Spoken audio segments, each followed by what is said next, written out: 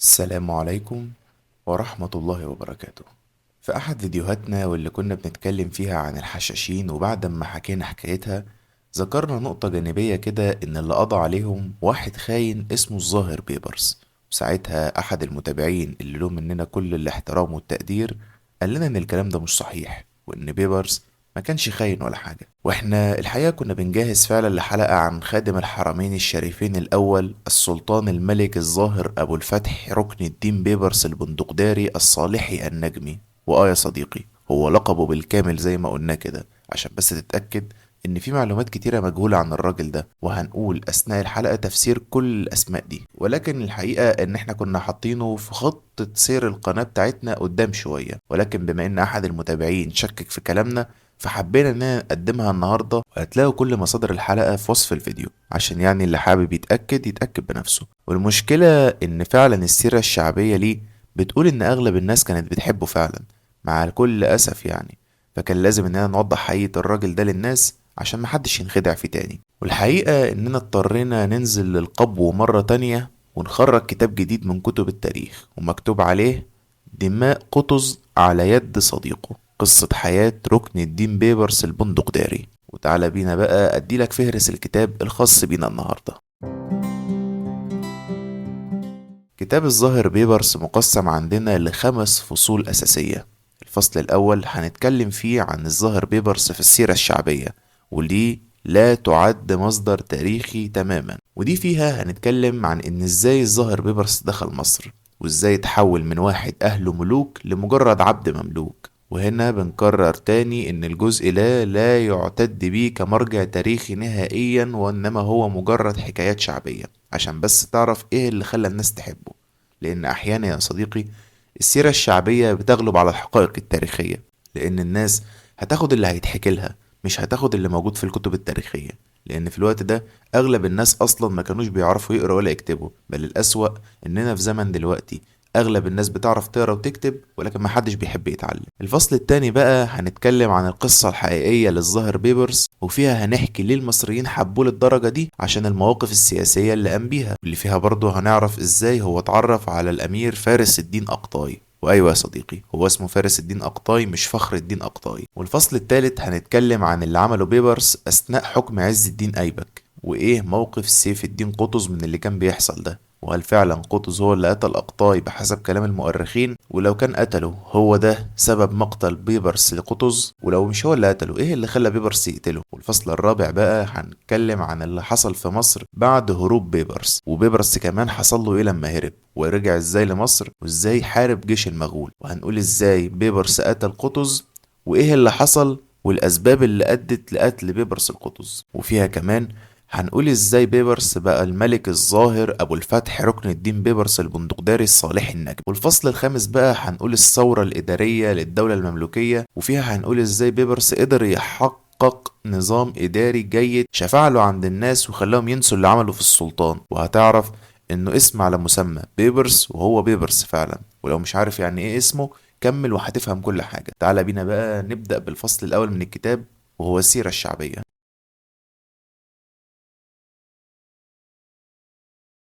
قبل ما نتكلم ونقول أي حاجة لازم نعرف إن الحكايات الشعبية عن الظاهر بيبرس كتيرة قوي، من أهمها اللي هنقولها دي. الحكاية بتقول إن بيبرس كان ابن أحد الملوك في الشرق، وفي ناس استولت على عرش بيبرس وتعرض للطرد والتشريد. وقتها كان بيحكم بغداد الخليفة العباسي، واللي كان ليه بنت محببة لقلبه جدا اسمها فاطمة، وكانت بتلبس ملابس من الدر أو اللؤلؤ، فسموها شجر الدر. واللي كانوا بيقولوا إن الخليفة أهداها حكم مصر، والمفروض إنه كان وعدها بكده فعلا، بس كان منتظر شوية. ولكن للأسف أحلامه ما كملتش، لأن العدو الأكبر في هذا الوقت وهم المغول بقيادة هولاكو هجموا عليه وحبسوه. وقبل ما هولاكو يتربع على العرش فوجئ ب70,000 من الأكراد المتصوفين بيهجموا على القصر وبيكبروا. فزيه زي أي واحد محتل دنيء أخد رجالته وخلع، والأكراد دخلوا القلعة وحرروا السلطان.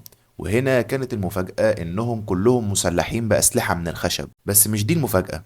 المفاجأة الأكبر هو إن قائد الأكراد دول هو صلاح الدين الأيوبي، واللي حلقته على وشك الانتهاء وهتنزل قريب جدا. وعلشان ما تتوهش، بس كل ده كلام أساطير مش حقيقي خالص، بس احنا بنقوله عشان تعرف السيرة الشعبية مش أكتر. وتعال نكمل الحكاية. وقالوا إن صلاح الدين الأيوبي هو وقومه كانوا رايحين للخليفة اللي هو أبو شجر الدر يطلبوا منه أرض خصبة يقعدوا فيها بعد المجاعة اللي تعرضوا لها. وأثناء تحركهم تجاه بغداد اللي هو أبو شجر الدر حاكمها، وجدوا واحد من المتصوفين في أرض خضراء أمرهم يخلوا سيوفهم كلها من الخشب، ووعدهم انهم هينتصروا على المغول. وقد كان فعلا. بعدها ابو شجر الدر اداهم مصر كمكافأة ليهم، ونسي خالص وعده لبنته. وبتفوت السنين وبيجلس على عرش مصر حفيد صلاح الدين، وهو الملك الصالح نجم الدين ايوب، ولي الله زي ما كانوا بيسموه. وفي يوم من الايام بيجي رسالة لنجم الدين من شجر الدر بتقوله انه يرجع لها حقها وهو ملك مصر. وهنا بيعرض عليها اللقاء، وبعد ما شافها وانبهر بجمالها وهي شافته وانبهرت بقوته وانه حاكم شرس وقوي مع اعدائه ونفس الوقت رحيم مع رعيته، عرض عليها الزواج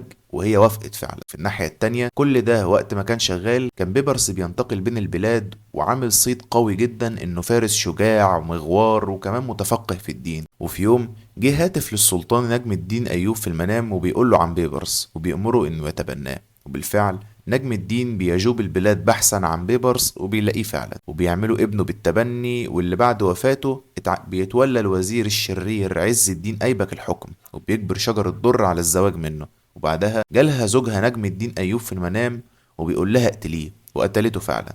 وعليه ابنها بالتبني ركن الدين بيبرس هو اللي بقى الحاكم. طبعا كل ده كلام فارغ لا ينطبق على الحقائق التاريخية بتاتا. وبنكرر تاني ان الجزء ده لا يحسب كمرجع علمي، وانما هي مجرد اساطير وحكاوي شعبية حبينا نحكيها عشان تعرف ازاي الحكايات الشعبية ممكن تغير خط سير التاريخ تماما. وتعالى بقى نبدأ في الكلام الحقيقي في الفصل الجاي.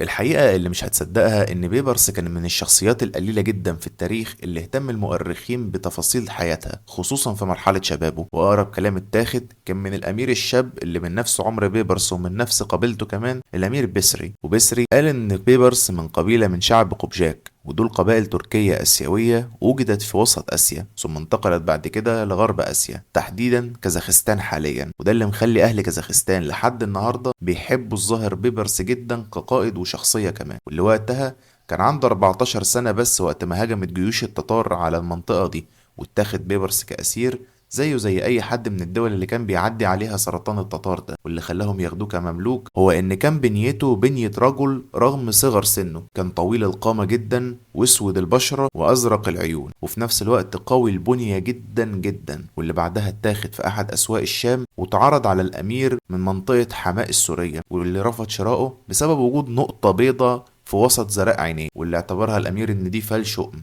زيه زي اي حد جاهل بيؤمن بالنحس وبالكلام الفارغ ده، وناسي ان الضار والنافع هو الله سبحانه وتعالى فقط.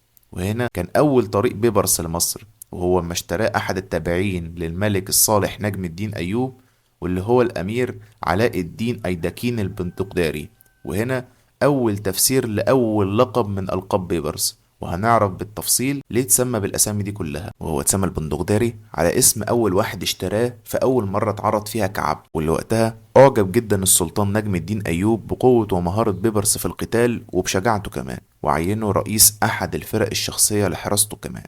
يعني بمعنى اصح دلوقتي زي قائد احد كتائب الحرس الجمهوري. وده اللي اعطاه اللقب التاني وهو الصالحي النجمي نسبة للسلطان الصالح نجم الدين ايوب. وناقص بس نقول هو ليه اتسمى ركن الدين، ودي بمنتهى البساطة انهم كان من عادات المحاربين انهم يتسموا باسماء تدل على تعلقهم بالدين، زي ركن الدين، سيف الدين، نجم الدين، علم الدين، وغيرهم من الاسامي اللي بتدل على مدى تعلقهم بالدين، واللي بالمناسبة يعني ملوش اي علاقة بالدين خالص. اهمهم كان الامير سيف الدين او الملك العادل زي ما كانوا بيسموه، اللي هو الاخ الاصغر للملك نجم الدين ايوب، واللي اتسمى العادل وهو لا يمت للدين ولا للعدل بصلة. وزي ما جت في قصة طموح جارية عنه: ملك يعيش وراء الأستار خلف الجدران، خبير بالجواهر وألوان الشراب، لا يفيق إلا عندما يمد يده في خزائن الدولة ليغترف منها ما يشاء ليصرفه على اللهو والمجون. ولو حابين نسجل قصة طموح جارية على قناتنا لطلاب تالتة إعدادي في صيغة حكايات اكتبوا لنا في التعليقات برضو. ولو لقينا الموضوع عليه إقبال كبير هنسجله ويفضل على القناة طول الوقت حتى بعد ما السنة الدراسية تخلص للأجيال القادمة، وتكون نوع من زكاة العلم. نرجع بقى لموضوعنا. تعالى بقى اقولك هو ازاي دخل عالم السياسة وايه اللي خلاه يكسب اول بونت عند المصريين. الحكاية يا سيدي بدأت وقت وفاة السلطان نجم الدين أيوب بشكل مفاجئ، واللي كانت لا على بال ولا على خاطر، في وقت مصر فيه كانت في مواجهة جيوش الفرنج بقيادة لويس التاسع، واللي قدروا انهم يوقعوا دمياط في سيطرتهم وهددوا المنصورة وباقي محافظات الدلتا. وهنا كان أول حاجة عملها بيبرس حببت المصريين فيه، وهو إنه أخد فرقة من أقوى جيوش المماليك وتعاونوا مع أهل المنصورة وقدروا يشتتوا الجناح العسكري لجيوش الفرنج ويفرقوا تجمعهم، بل ويأسروا لويس التاسع نفسه. بعدها نقل على حبل السياسة بعد ما خلص حبل القوة العسكرية. قتل توران شاه ابن السلطان نجم الدين أيوب من زوجة تانية غير شجر الدر عشان يرضي الملوك والأمراء، اللي توران شاه نسي حبهم ليه وتربيتهم ليه وقرر يقتلهم لأنه اتهمهم بقتل أبوه الملك الصالح أيوب. وهنا كان اللقاء والاتحاد الأول بين بيبرس وفارس الدين أقطاي، واللي بالمناسبة يا جماعة يعني هو قتله عشان يرضي شجر الدر برضه، لأن هي كانت أكتر واحدة عايزة الولد ده يموت، مش علشان بتكرهه، علشان ده هو الوحيد اللي هينافسها على السلطة.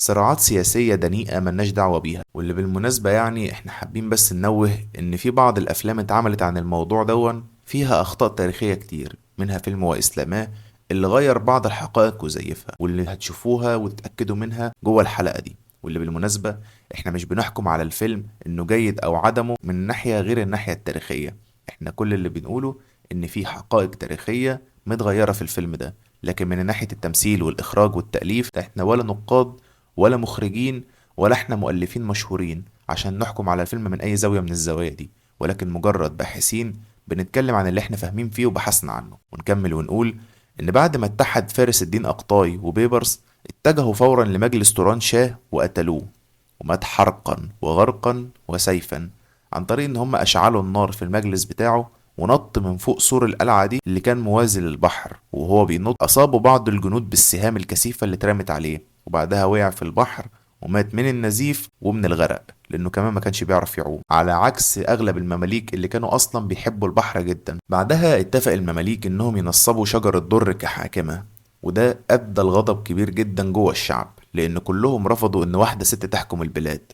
وهنا كانت المناورة السياسية اللي عملتها شجر الدر والمماليك إنها تتنازل عن الحكم ظاهريا وتتجوز عز الدين أيبك، اللي كان مميز إنه أضعف قائد مملوكي، وعينوه عشان يقدروا يديروا البلاد من خلاله، ولو عمل أي حاجة عكس إرادتهم يشيلوه في أي لحظة. وطبعا مش محتاجين نقول إن التاريخ بيعيد نفسه، وطبعا انتوا عارفين مين اللي اتعين عشان أضعف واحد في جماعته عشان يبقى طوع ليهم، الله لا يسامحهم جميعا. تعالى بقى أقولك إزاي الظاهر بيبرس اتصرف في وجود أيبك وإيه موقف سيف الدين قطز وقتها.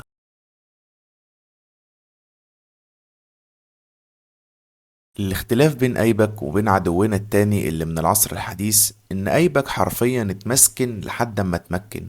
أول ما مسك اتحد مع الأمير سيف الدين قطز وبدأ يصفي الخونة من المماليك اللي عارف إن هم بيدبروا القتل. وبالفعل بعد اتباع السياسة دي لفترة طويلة وموجعة بدأ إن هو فعليا يقدر إنه ينفرد بالحكم، وعين قطز كنائب ليه. ولكن فضل العدو الأكبر لأيبك وهو فارس الدين أقطاي، لأن أقطاي كان في عداء قديم جدا بينه وبين أيبك بسبب إن أيبك قدر يوصل للعرش. وبالفعل أصلا كان أقطاي بدأ يزود جيوشه وبيستعد إنه يقتل أيبك ويدخل البلد في حالة حرب أهلية. وهنا كانت بداية نقطة العداء بين بيبرس وقطز، لأنه كل واحد منهم تبع أمير مختلف، والأمراء الاتنين أمروهم إن كل واحد يبدأ يدبر مكيدة للتاني علشان يقتله. واللي بالمناسبة يعني بيبرس وقطز كانوا أصدقاء جدا جدا جدا وأكتر من الإخوات كمان، لأنهم خدموا جنبا إلى جنب في جيوش المسلمين في مواجهتهم للويس التاسع. ولكن للأسف قطز كان لازم يتخلص من أقطاي لأنه كان خايف إنه يقتله، وكان خايف منه على مصر إنه يدخلنا في حالة فوضى عارمة لو بدأت حرب أهلية. ولو مش متخيل ايه اللي ممكن يحصل لو حصلت حرب اهلية، تقدر تاخد اللي بيحصل في السودان وفي سوريا كبيان على المعلم للي كان ممكن يحصل في وقتها في مصر، وهو اخدها من باب ان هي حقن لدماء المسلمين. وبالفعل دبروا مكيدة الاقطاي وقتلوه داخل القلعة.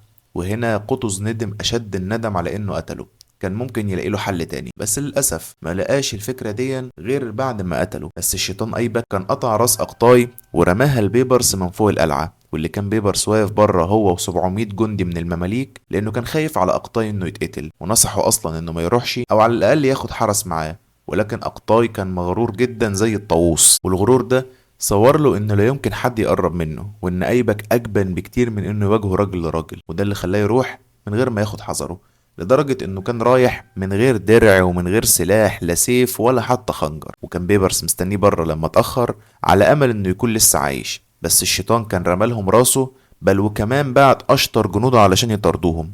وهنا خرج بيبرس واللي معاه من مصر، وساعتها اقسم بيبرس بالانتقام من قطز. وتعالى بقى اقول لك بيبرس عمل ايه اما خرج من مصر وراح فين، وازاي رجع وحارب التتار مع قطز تاني.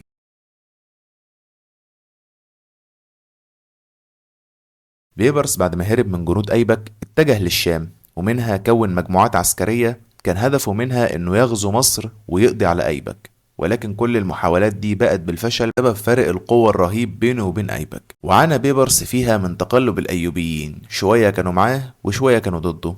وحصل حاجة قلبت موازين اللعبة كلها، أو بمعنى أصح حاجتين مش حاجة واحدة، وهو قتل أيبك على يد أعوان شجر الدر، وقتل شجر الدر شخصيا على يد أرملة أيبك، واللي بالمناسبة يعني ما ماتتش بالشكل اللي اتصور في الفيلم ده نهائيا، ولكن علشان الرقابة ما نقدرش نقول هي موتتها ازاي. بعدها اتعين ابن أيبك كحاكم للبلاد تحت ولاية قطز، وبعد كده تم خلعه وتولى قطز مقاليد البلاد بشكل رسمي.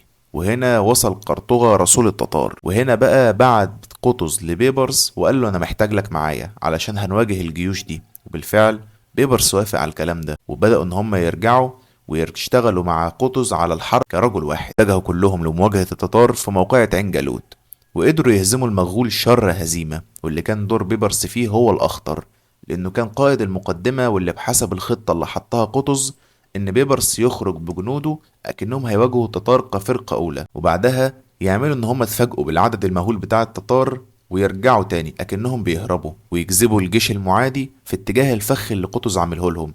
وفي نفس الوقت يكون قطز موجود ومجهز رجالته علشان يبدأوا ينقضوا على المغول بمجرد ما يتحركوا. وبالفعل الخطة بتنجح والتتار بيقعوا في الفخ. ساعتها بيبرس كان بدأ انه يلف في الاتجاه المعاكس وحاصرهم هو وقطز، ونزلوا عليهم من فوق الجبل وعملوا عليهم حركة كماشة وخلصوا على كل الفرق اللي خاصة بالتتار. بس ما تفكرش ان الحكاية خلصت على كده، لان التتار كان ليهم جنود جوه اسيا وجنود جوه اوروبا لسه عايشين، ومش هيسكتوا طبعا على اللي بيحصل لزمايلهم ده. والصراحة يعني التعليمة المرة دي كانت في المقص زي ما بيقولوا. اصل تخيل معايا كده الجيش الذهبي اللي ارعب العالم كله وقضى على الحشاشين اللي محدش كان قادر يقف قصادهم يتعمل له كمين، وفي مصر اللي كانت تعتبر أكتر دولة فيها فتن داخلية وقتها. بس قبل ما تفكر إن بيبرس عمل كل ده بدافع الوطنية، فحب أقولك إنه عمل كده كنوع من ضرب كل العصافير بحجر واحد. بيرجع مصر من ناحية، بيقرب من قطز من ناحية، بيوقف المغول من ناحية، واللي هو عارف كويس قوي إنه حتى لو انفرد بالحكم ومش معاه قطز الثعلب الماكر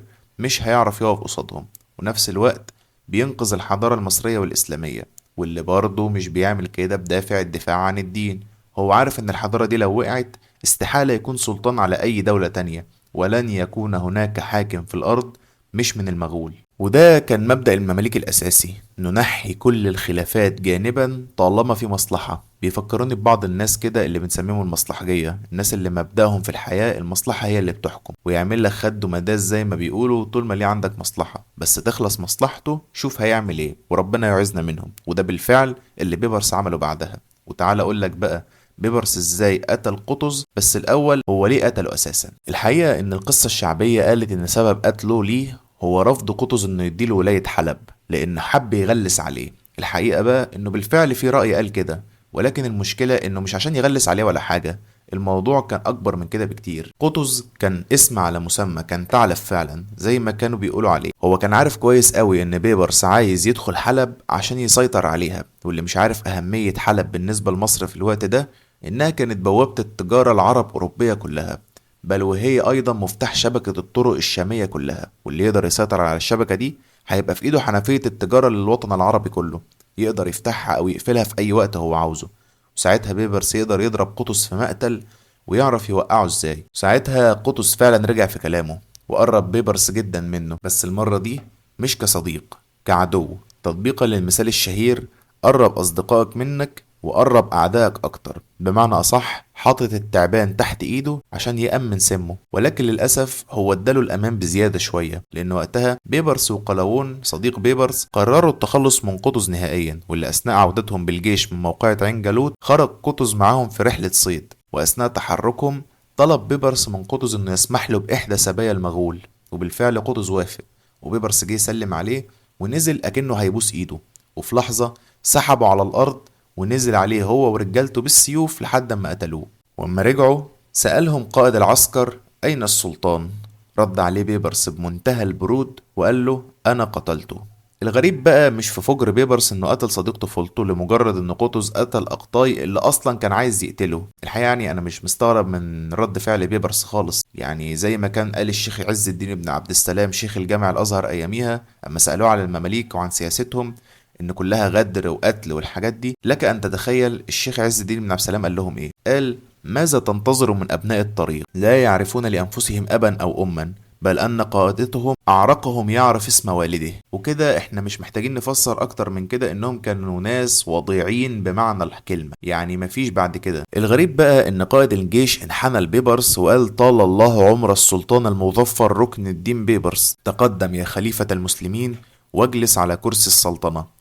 طب هي ببساطة كده يعني ان بيبرس يقول له انا قتلت القائد فيقول له انت السلطان؟ اه يا صديقي، بالبساطة دي مع ناس زي المماليك، لأنهم زيهم زي الحيوانات العفنة اللي عندهم سياسة أنا قتلت الكبير أبقى أنا الكبير. هو ده منطق وقانون المماليك الأول، وبكده أصبح الظاهر بيبرس فعليا سلطان الدولة المملوكية. تعال بقى أقولك إيه اللي حصل بعد تولي بيبرس الحكم في الفصل الجاي.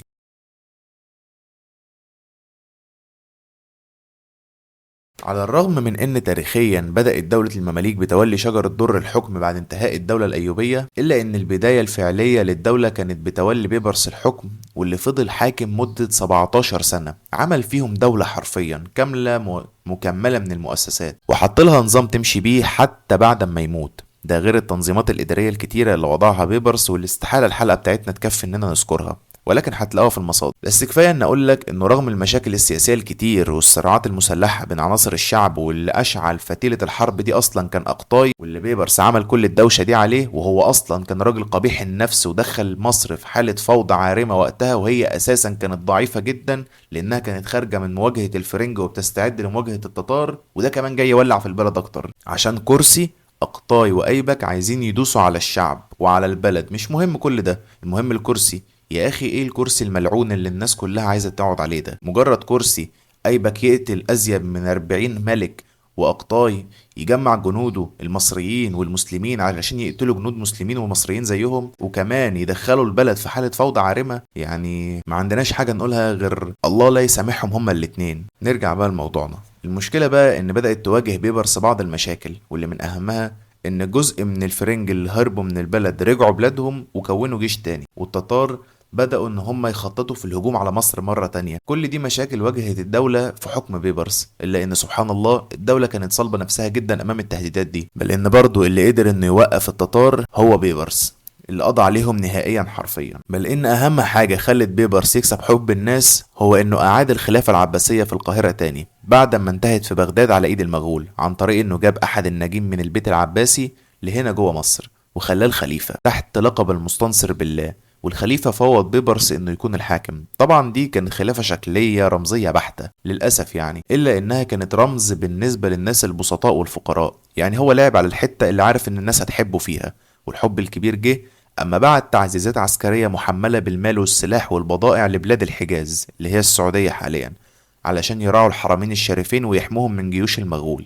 وهنا أخد بيبرس لقب خادم الحرمين الشريفين الأول، اللي هو اللقب الوحيد اللي لسه ما فسرناهوش، واللي حاليا بقى لقب آل سلمان كلهم اللي بيعتزوا بيه جدا. وناقص بس أفهمك ليه بيبرس اللي اشتراه سماه بيبرس أساسا. بيبرس معناه باللغة القبجكية القديمة الأسد سريع الهجوم، وده من أهم الأمور اللي اتسم بيها بيبرس فعلا، وهو سرعته العالية في القضاء على أعدائه، بل سرعته العالية كمان في التدبير والتفكير، وده اللي خلاه ياخد الأسد كشعار على علم دولته. ولو مش مصدق دور كده على تحركات بيبرس ضد أي هجوم على دولته، هتلاقي إنه بيتحرك بسرعة شديدة جدا، لدرجة إن العدو مش بيبقى متوقع أصلا إن بيبرس هيجيله في الوقت ده، لأنه مش هيلحق يفكر ويجهز جيوشه ويتحرك كمان. وبيبرس كان بيحب جدا يتحرك وسط رجالته كنوع من التحفيز يعني، واللي كان عادي جدا تلاقيه فجأة اختفى من وسط رجالته، وفجأة يلاقوه جايب راس قائد الجيش التاني أو جايب جزء من باب الحصن المعادي. طب هو اختفى امتى؟ دخل ازاي؟ خرج منين؟ قتله ازاي؟ وصله ازاي؟ اصلا محدش يعرف حاجة. وقاد بنفسه 15 حملة عسكرية اتسمت بعدين باسم الفتوحات الركنية،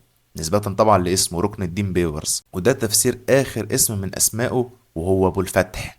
واخر حاجة كان بيعملها بيبرس في حكمه خلته اداري شاطر هو انه كان استاذ في التفتيش. يعني ممكن في لحظة تلاقيه اختفى من القلعة وخرج متنكر ومعاه 3 4 عساكر مدربين بقوة، وينزل الاسواق متنكر يسمع كلام الناس عنه وعن رجالته، او يمشي بالليل يتصنت على البيوت يعرف ايه اللي بيحصل جواها. ولو كان حس بان الناس زعلانة من حاجة كان بيلغيها فورا حتى لو ليها مصلحة للدولة، بس الناس علشان جهلة مش عارفاها. اهم حاجة نفضل على الكرسي. وانت بقى يا صديقي ليك الحق انك تحكم براحتك على الطريقة دي، سواء بقى انت كنت مؤيد ليه او معارض ليه. اخر حاجة بقى هنقولها واللي تهمني هي انه اعاد فتح الجامع الازهر كدار للعلم بعد ما تم غلقه في عهد الفاطميين، وطول الفترة دي كان مجرد مسجد تروح تصلي فيه وتتكل على الله.